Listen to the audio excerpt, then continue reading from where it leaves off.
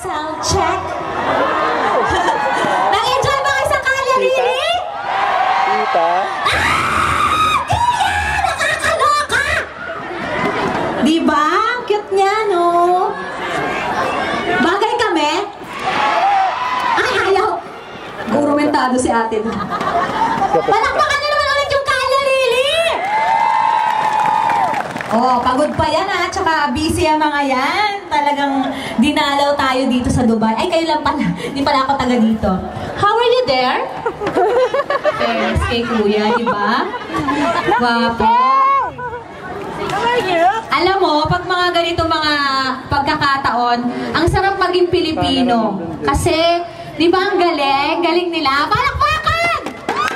Ay, ang kita, ayoko na. Ay, ano? Aparisyon? Eh, sinusundo mo na ba ako? Mamaya, nakakanta pa ako.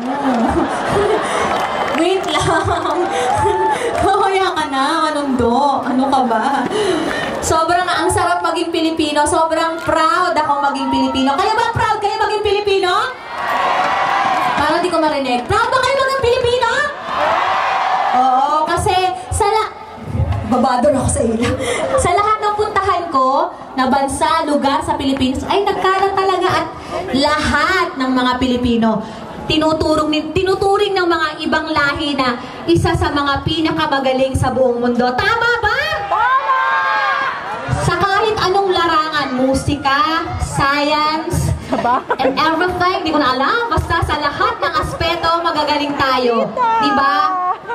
May mga Pilipino dito na ang trabaho ay parang sinasabi nila wala lang, ganyan. Pero in fairness, kahit saang bansa, lalo na yung meron akong friend sa Europe, ay te, pinagpalit siya dun sa mga nagagandahang mga Italian, ha? Kasi nga magaling siya, di ba? Tama ba?